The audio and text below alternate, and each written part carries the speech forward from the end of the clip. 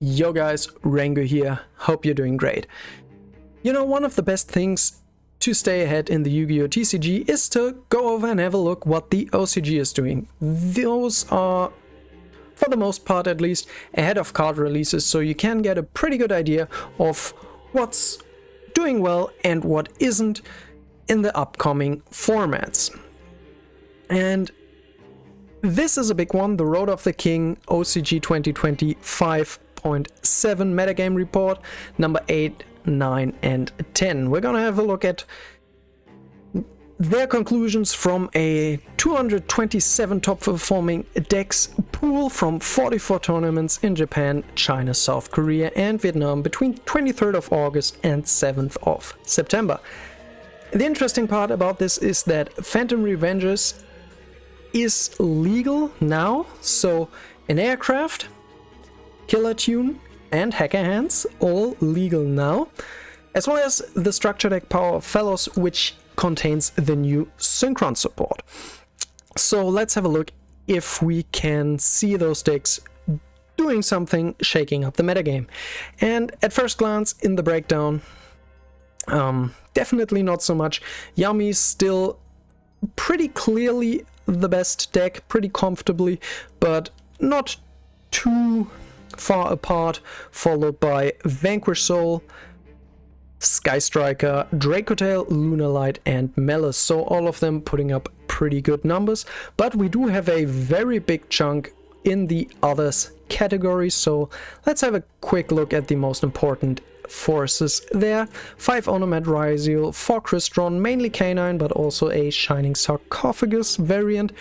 Then we have the 4 an aircraft, 3 Pure, 1 Labyrinth, 4 Orcust, 3 Atlantean, 3 Blue Eyes, so pretty much the, well, usual suspects that for the most part we also have kind of in this category in the TCG right now.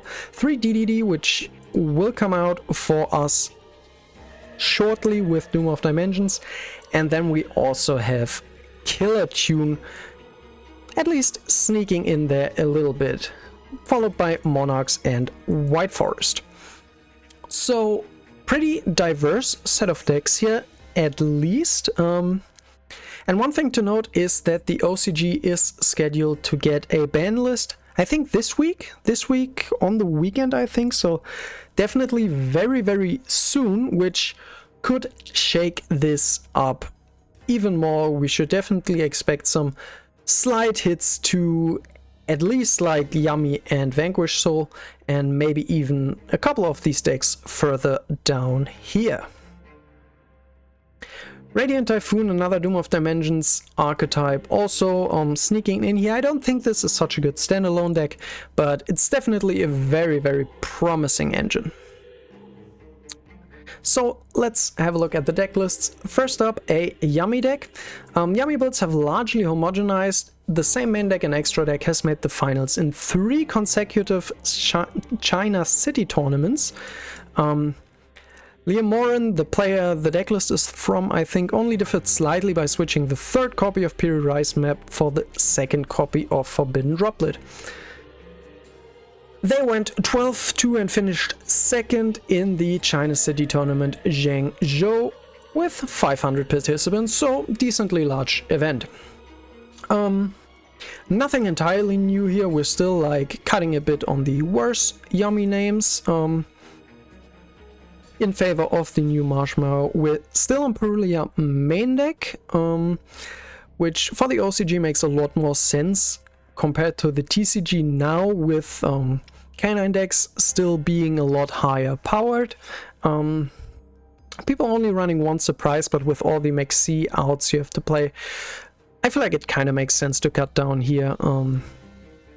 Something that's interesting is I feel like we've seen a lot more draw on the format, so people still being on that Piri Rise map quite a lot, I feel like is a little bit worse compared to before, where draw was quite rare. So this is definitely some change we could see coming up if draw stays in the metagame, that people just go back to playing more names, to play a little bit less into draw. But honestly, 2 Piri Rise map I feel like is pretty decent, because playing 3, like, since it's the first card you have to activate, breaking on it, like, drawing multiples is particularly bad compared to other cards. And it's not like Yummy is hurting for starters, right? People aren't even playing the Sky Striker engine, which is probably in big part due to Max C. So for us, Sky Striker will definitely be a lot better than Piri Rise map. I still find it weird that the OCG players don't like it that much, even with Max C in the consideration, but they probably know the format better than I do, right? And nothing particularly interesting in the extra deck. Like, people in the OCG really like the Silvara. I don't actually know what this is for specifically. Something I haven't seen at all in the TCG, so if some of you could enlighten us all, maybe put that down into the comments.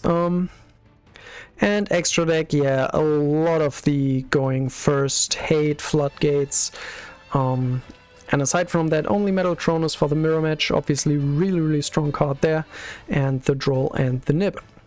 Very interesting. Playing like this much going first. I mean, you are on 6 Charmies, but even putting a Nib going first isn't that bad, right? Next one, Vanquish Soul. This is obviously a little bit less relevant for the TCG, with Razen and Stake Your Soul going to 1-2 of the best starters of the deck. I honestly feel like, especially once Dude comes out with the Noroi, that Vanquish Soul is not 100% dead for the TCG, but it's definitely not a top tier contender anymore by any means. I see it more as like a tier 3, tier 2 kind of deck, maybe at best. So definitely with Noroi could still be playable, but nothing to write home about is where I currently have the deck. Those are also largely homogenized. 9-3 finished 5th to 8th in Zhengzhou as well. Same tournament there. Yeah, not a whole lot to say about this. People are on the one Noroi, but aside from that, it's a very standard VS K9 deck here. In the extra deck, they are on the Hound and the Jax, so a lot of K9 names here, and as well as the Sayuja to Bridge, which I feel like once Noroi is out makes a lot more sense, and for us in the TCG we probably don't really get around playing this. Yeah, and then siding just a lot of the good hand traps here, as well as the Tikaboo and Duster, obviously really good cards in this metagame as well. And now to get to one of the more interesting decks, Sky Striker.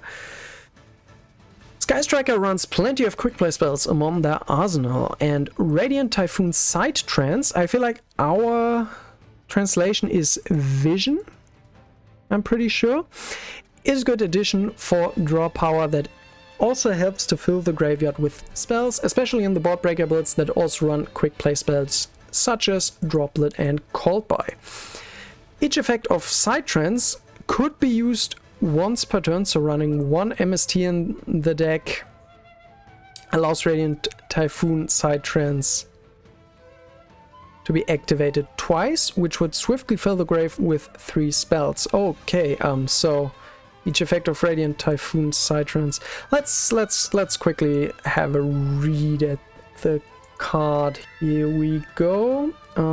If this card is destroyed by the effect of Mystical Space Typhoon, you can set this card. Activate one of these effects, but you can only use each of these effects once per turn. Oh, it's kind of like surprise. Okay. So you would first add the MST from your deck or graveyard to your hand and then discard to draw 2 if you open multiples, right? Because you obviously can't chain it directly to this. All right.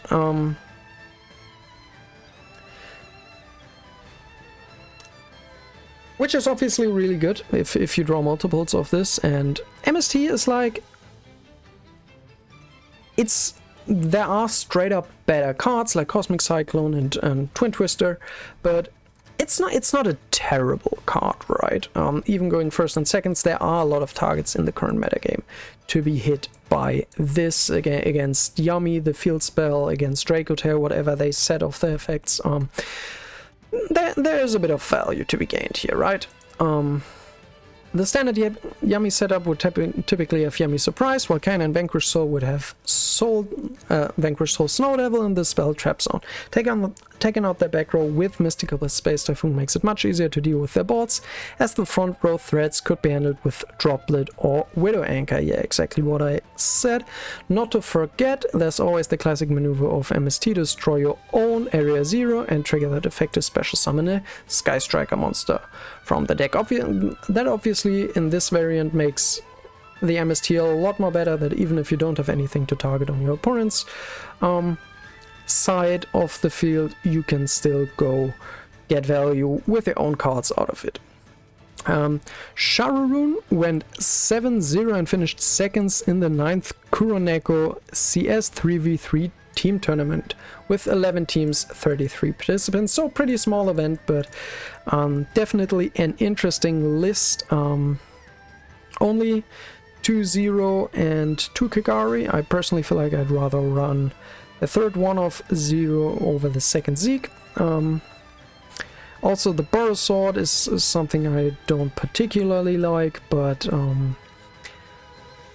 with running to Lemnis Gate, which probably is a little bit easier now, considering that in the TCG without VSK9, first of all, decks are a lot more grindy now. There's a lot lower ceiling in the format, which makes running to Lemnis Gate easier to get away with, but it's also a quick play for the Radiant Typhoon, which is like another reason to bump it up and makes it a little less breaky, right? So definitely makes sense. And if you're on to Lemnis Gate, you aren't really running out of anything anyways, so I can see being able to get away with just 2 Kagari and 2-0, but yeah. And then in the side deck, we obviously have the Sky Striker Kaiju for Lunar Light, the Fuvas in the side deck, which for a list like this, very board breaker focused, definitely can make sense. Droll, just the Eagle Booster. 1 Eclipse, a little bit weird in my opinion, but it's definitely a good card right now. Duster, and then the going first Brigade with 3 Judgment and 2 Deep Root.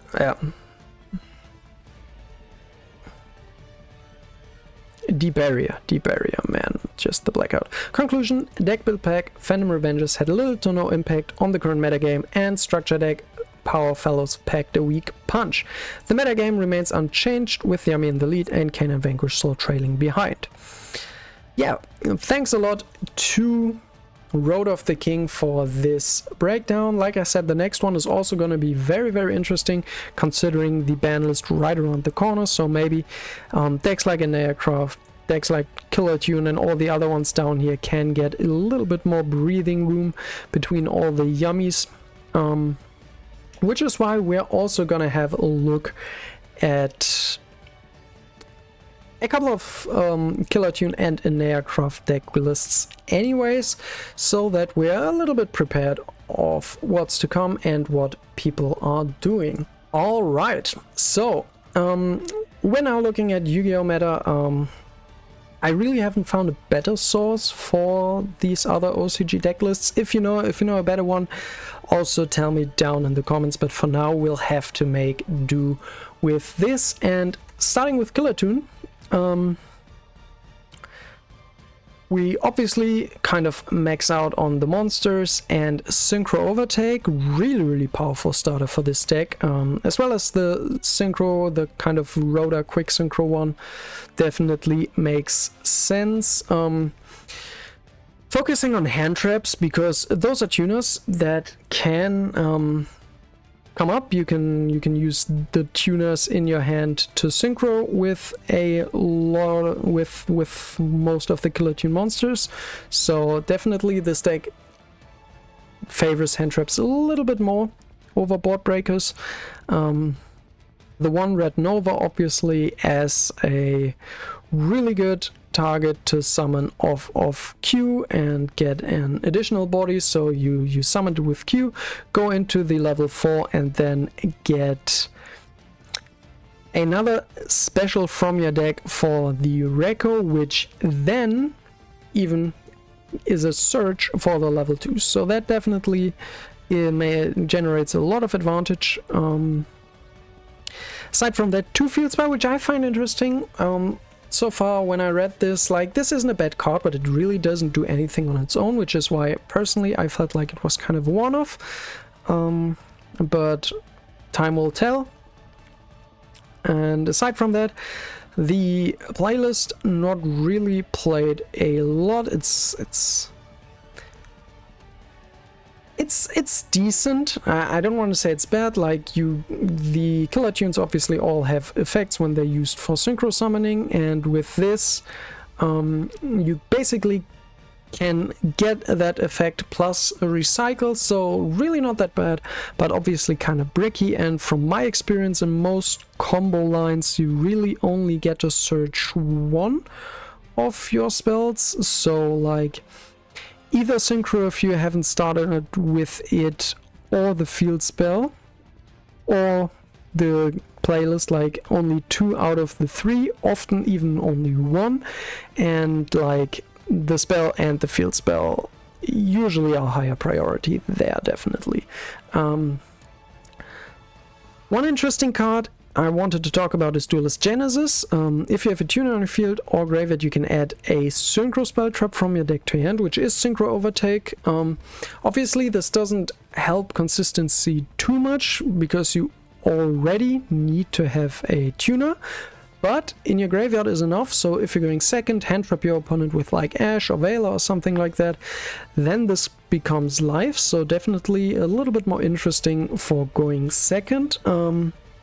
And can add even more consistency, because Synchro Overtake is just the pretty much the best card in this deck. Just special summoning one of your either Mix or Reco to trigger, get a search. Really good stuff. But as we see, nothing particularly crazy in these lists. If we look at specific deck lists, Extra deck has a little bit of space, so people can play like a super poly package. I don't actually know how you would make Baron in this, because really pretty much everything in your deck is a tuner. Not really sure, but Manatium Prime Heart is one of like the 2 synchros, I think, that are not Killer Tune monsters, but you can make them with only tuners, so interesting to see this one. The other, I think, it's one of the Visa's cards, the one that searches a Manatium Spell Trap, I think it is, or no, a spell trap that mentions Visa Starfrost, probably.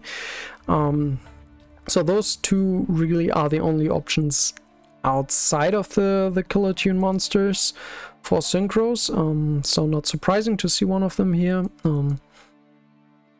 I'm also interested to see, maybe you could just run a bigger synchro package and also go for extravagance in this deck, is something that I felt made a lot of sense when initially looking at the deck, but yeah.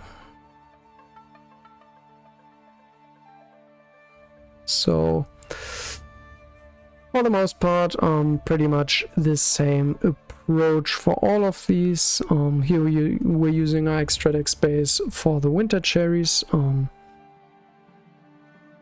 Makes sense there as well. Gravity Collapse obviously is an interesting card for going first. You can send one of your synchro monsters to the graveyard. When your opponent summons a monster, you negate that summon, destroy the card, and your opponent cannot summon monsters until the end phase of the turn. So Lingering Floodgate, really crazy going first if you can play. If you can't, it's obviously really bad. So I'm not 100% convinced on this card, but definitely worth trying out for sure. Anything interesting here? Not really. So yeah, pretty standard lists, and for the most part this deck builds itself. Maybe there's some innovation to be found in the archetype, so we'll have to see in the coming weeks. And like I said, with a new ban list, maybe this sees a bit more success. Moving on to Neacraft. So here we're maxing out on most of the ones. This one not. Which one was this? Oh, the shuffle back from the graveyard. Obviously, yeah. This is a pop. This is a hand rip, and this is a monster negate. So these are obviously a lot better. Still, most people choose to run 3 of this because they all are kind of searches, so definitely makes sense. Then 3 of the Rhoda.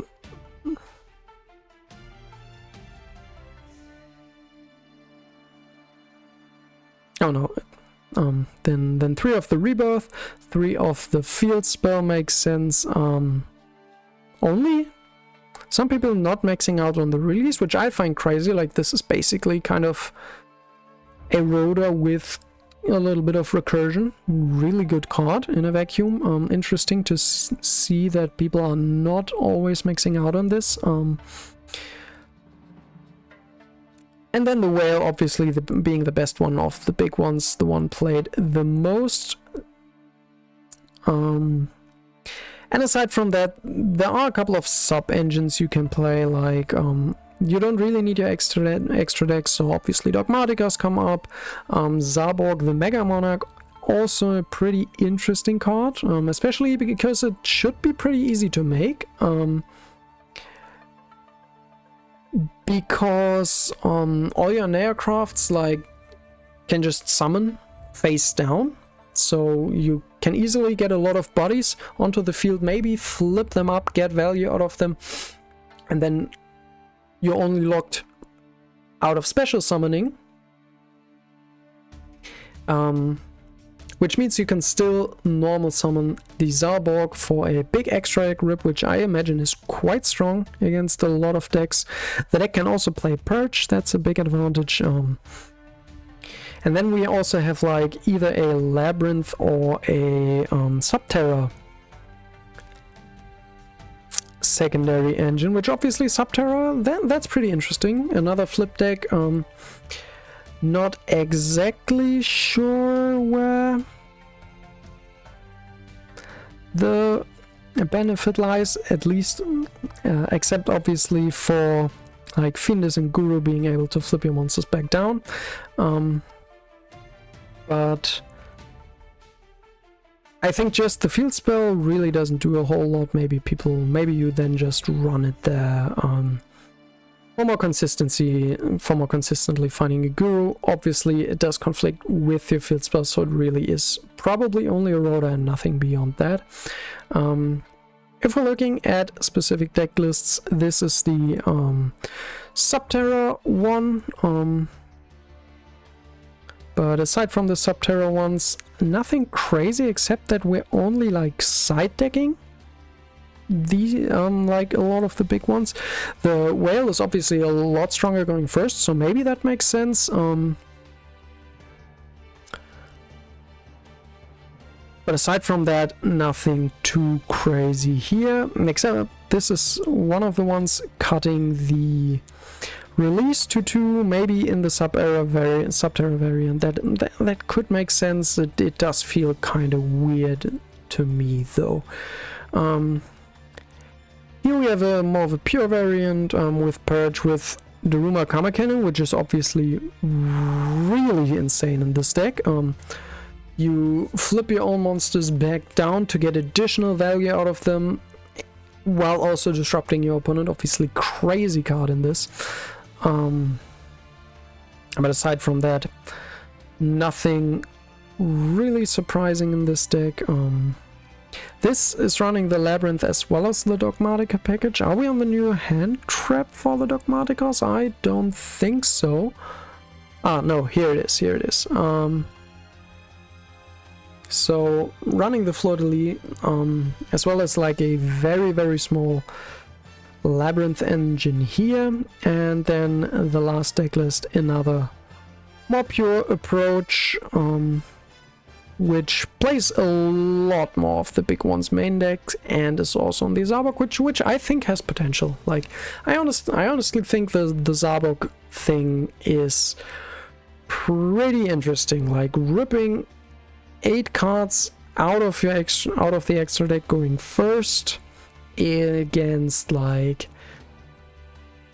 Yummy, VSK9, Draco Tail can really limit them in what they do.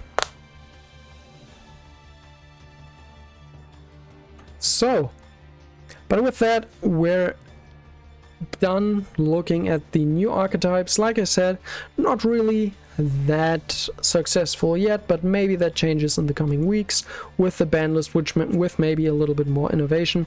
So definitely excited to seeing them, but if not, personally I think we're getting Phantom Revenges in December. I wouldn't be too mad to see some of these decks stay very meta relevant for a little bit longer. Not you two though.